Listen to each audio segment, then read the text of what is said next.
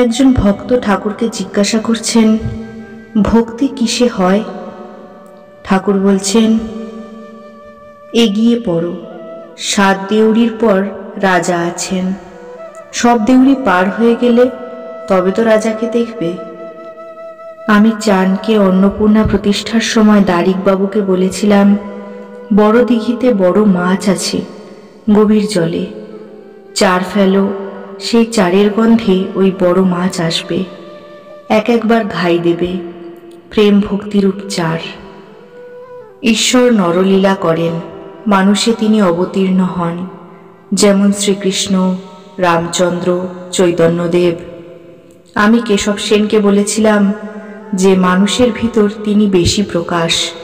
মাঠের আলের ভিতর ছোট ছোট গর্ত থাকে, তাহাদের বলে ঘুঁটি। ঘুঁটির ভিতর মাছ কাঁকড়া জমে থাকে। মাছ কাঁকড়া খুঁজতে গেলে ওই ঘুঁটির ভিতর খুঁজতে হয়। ঈশ্বরকে খুঁজতে হলে অবতারের ভিতর খুঁজতে হয়। ওই 14 পোয়া মানুষের ভিতরে জগন্মাতা প্রকাশ হন। গানে আছে, শ্যামা মা কি কল করেছে, 14 পোয়া কলের ভিতরই কত রঙ্গ দেখাতেছে। কিন্তু ঈশ্বরকে জানতে হলে, অবতারকে চিনতে গেলে সাধনের প্রয়োজন। দিঘিতে বড় বড় মাছ আছে, চার ফেলতে হয়। দুধেতে মাখন আছে, মন্থন করতে হয়। সরিষার ভিতর তেল আছে, সরিষাকে পিষতে হয়।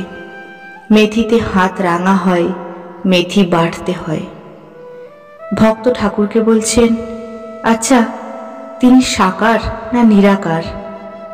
ঠাকুর বলছেন, দাঁড়াও, আগে কলকাতায় যাও, তবে তো জানবে কোথায় গড়ের মাঠ, কোথায় এশিয়াটিক সোসাইটি, কোথায় বাঙাল ব্যাংক।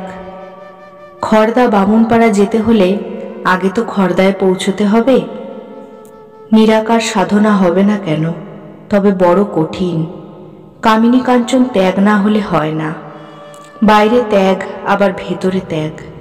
বিষয় বুদ্ধির লেশ থাকলে হবে না। সাকার সাধনা সোজা, তবে তেমন সোজা নয়। নিরাকার সাধনা, জ্ঞান যোগের সাধনা ভক্তদের কাছে বলতে নাই। অনেক কষ্টে একটু ভক্তি হচ্ছে, সব স্বপ্নবৎ বললে ভক্তির হানি হয়।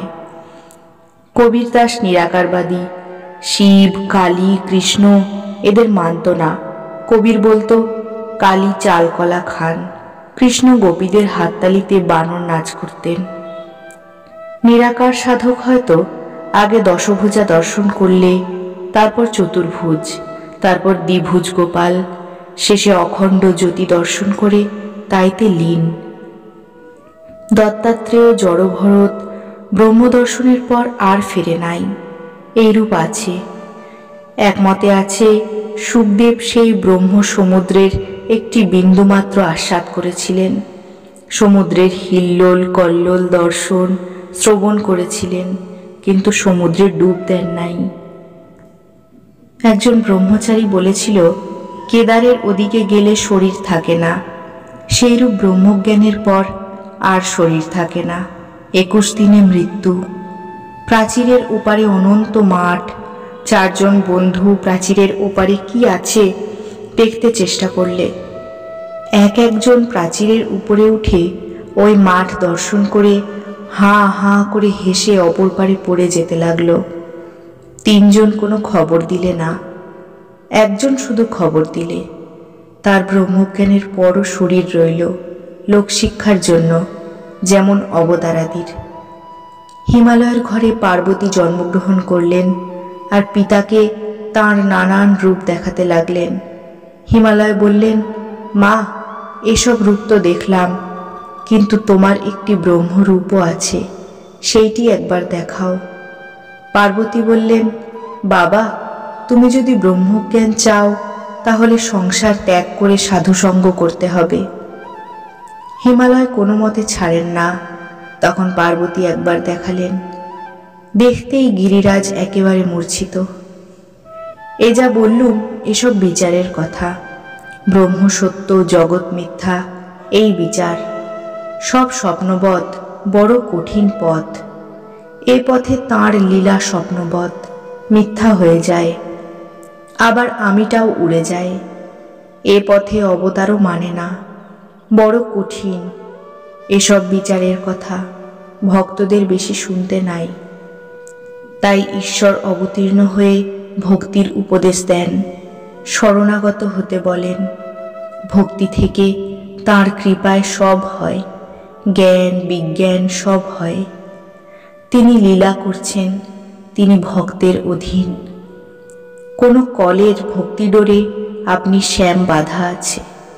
কখনো ঈশ্বর চুম্বক হন, ভক্ত ছুঁচ হয়। আবার কখনো ভক্ত চুম্বক হয়, তিনি ছুঁচ হন। ভক্ত তাঁকে টেনে লয়, তিনি ভক্ত বৎসল, ভক্তাধীন। একমতে আছে যশোদাদি গোপীগণ পূর্বজন্মে নিরাকারবাদী ছিলেন, তাঁদের তাতে তৃপ্তি হয় নাই। বৃন্দাবন লীলায় তাই শ্রীকৃষ্ণকে লয়ে আনন্দ। শ্রীকৃষ্ণ একদিন বললেন, তোমাদের নিত্যধাম দর্শন করাবো, এসো যমুনায় স্নান করতে যাই। তারা যেই ডুব দিয়েছেন একেবারে গোলক দর্শন, আবার তারপর অখণ্ড জ্যোতি দর্শন। যশোদা তখন বললেন, কৃষ্ণ রে, ওসব আর দেখতে চাই না, এখন তোর সেই মানুষ রূপ দেখব, তোকে কোলে করব, খাওয়াবো। তাই অবতারে তিনি বেশি প্রকাশ। অবতারের শরীর থাকতে থাকতে তার পূজা সেবা করতে হয়। অবতারকে সকলে চিনতে পারে না। দেহ ধারণ করলে রোগ শোক ক্ষুধা তৃষ্ণা সবই আছে, মনে হয় আমারই মতো। রাম সীতার শোকে কেঁদেছিলেন, পঞ্চভূতের ফাঁদে ব্রহ্ম পড়ে কাঁদে। পুরাণে আছে হিরণ্যাক্ষ বধের পর বরাহ অবতার নাকি ছানাপোনা নিয়েছিলেন, তাদের মাই দিচ্ছিলেন। স্বধামে যাবার নামটি নাই। শেষে শিব এসে ত্রিশূল দিয়ে শরীর নাশ করলে তখন হিহি করে হেসে স্বধামে গেলেন। ঠাকুর এবার ভবনাথের প্রতি বলছেন, অবতারের উপর ভালোবাসা এলেই হলো। আহা, গোপীদের কি ভালোবাসা! রাস মধ্যে যখন শ্রীকৃষ্ণ অন্তর্হিত হলেন, গোপীরা একেবারে উন্মাদিনী। বৃক্ষ দেখে বলে, তুমি বুঝি তপস্বী, শ্রীকৃষ্ণকে নিশ্চয়ই দেখেছ, তা না হলে নিশ্চল সমাধিস্থ হয়ে রয়েছ কেন? তৃণাচ্ছাদিত পৃথিবী দেখে বলে, হে পৃথিবী, তুমি নিশ্চিত তাকে দর্শন করেছ, না হলে তুমি রোমাঞ্চিত হয়ে রয়েছ কেন? অবশ্য তুমি তার স্পর্শ সুখ সম্ভোগ করেছ। আবার মাধবীকে দেখে বলে, ও মাধবী, আমায় মাধব দে। গোপীদের প্রেমোন্মাদ।